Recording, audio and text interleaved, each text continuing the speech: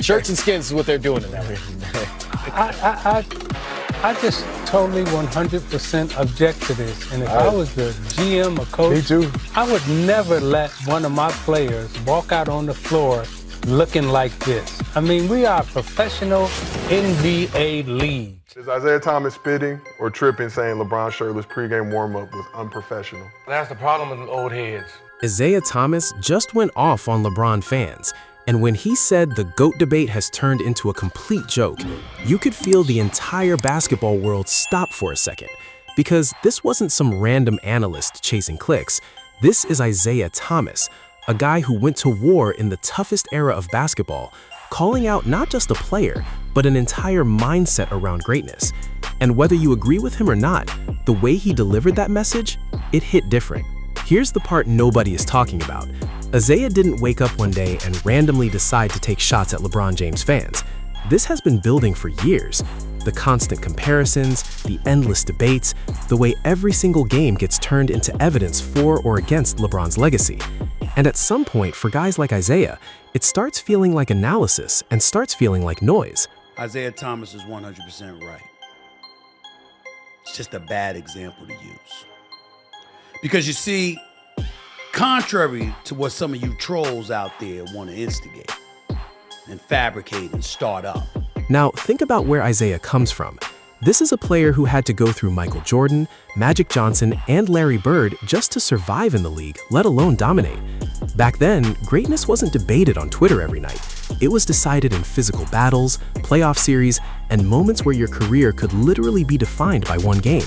So when he looks at today's debates, where fans argue using clips, stats, and narratives that change every week, to him, it probably feels like the entire conversation has lost its foundation. This is where it gets dangerous, because when a legend says the GOAT debate is a joke, fans don't hear the nuance. They hear disrespect, especially LeBron fans. And let's be real, LeBron has one of the most passionate fan bases in sports history. They've watched him dominate for over 2 decades, break records, carry teams, and redefine longevity. So when someone questions the conversation around him, it immediately feels like an attack. But Isiah's point wasn't just about LeBron, it was about the way we talk about greatness. Because the GOAT debate today isn't just a discussion, it's a cycle. One game, one stat, one highlight, and suddenly the narrative shifts. LeBron drops 40 and people say he's the undisputed GOAT. He has a rough night and suddenly the conversation flips back to Jordan. It's like the debate never actually moves forward. Professionalism in our NBA league has diminished so much. Here's the part nobody is talking about. The GOAT debate has become more about winning arguments than understanding greatness. People pick a side and then they defend that side no matter what.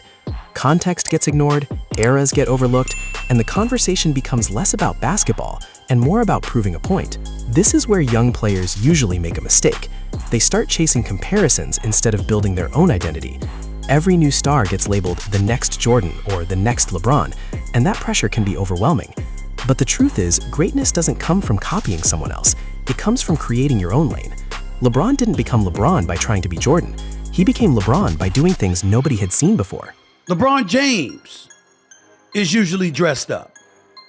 LeBron James carries the mantle and conducts himself with the proper level of decorum and professionalism. Media interviews, post games, availability, stuff like that. LeBron James shows up. Big events, representing the NBA brand. It's LeBron James you lean on.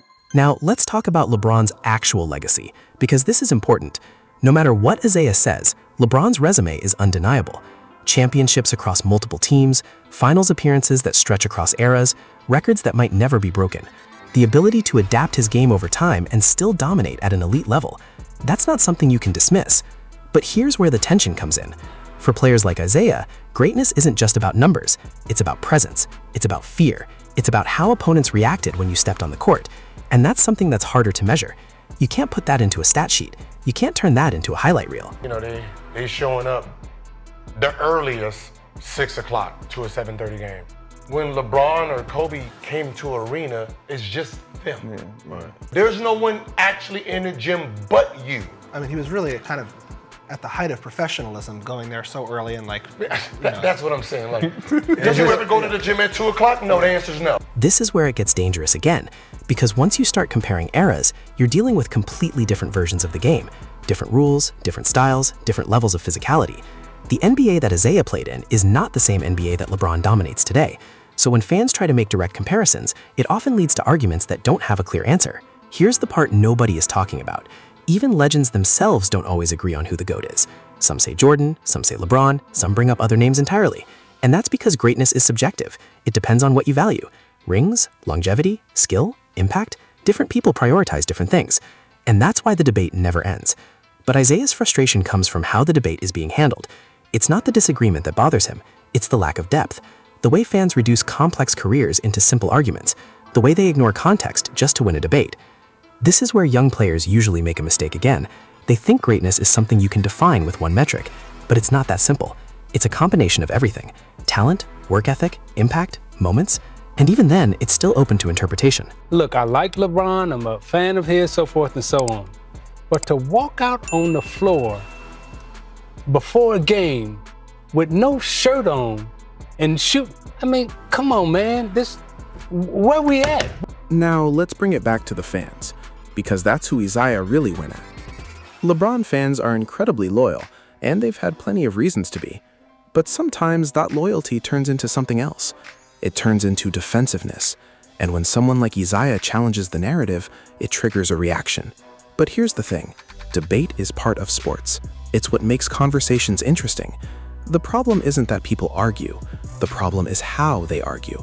When it becomes about tearing down other players instead of appreciating greatness, that's when the conversation loses value. This is where it gets dangerous, one more time. Because if the GOAT debate continues down this path, it might actually lose its meaning completely. Instead of being a discussion about greatness, it becomes background noise. And when that happens, even the legends start tuning out. So, to mention the word unprofessionalism and him with a broad brush would be incredibly unfair. But if you're isolating an incident, which Isiah Thomas did, then it's more than fair. Here's the part nobody is talking about. Isiah Thomas might actually be doing the debate a favor by calling it out, because sometimes it takes someone from outside the current narrative to point out what's wrong with it. And whether you agree with him or not, he's forcing people to think about how they approach the conversation. So what does this mean for LeBron's legacy? Honestly, nothing changes. LeBron is still one of the greatest players to ever touch a basketball. That's not up for debate. What Isiah is questioning is the way we talk about that greatness, the way we compare it, the way we try to rank it. And maybe that's the real takeaway here. Because at some point, you have to ask yourself, are we actually appreciating greatness, or are we just arguing about it? This is where young players usually make a mistake, one last time. They think the goal is to be called the GOAT, but the real goal is to leave a legacy that speaks for itself. The titles, the records, the moments, those are what matter. The debates will always come and go.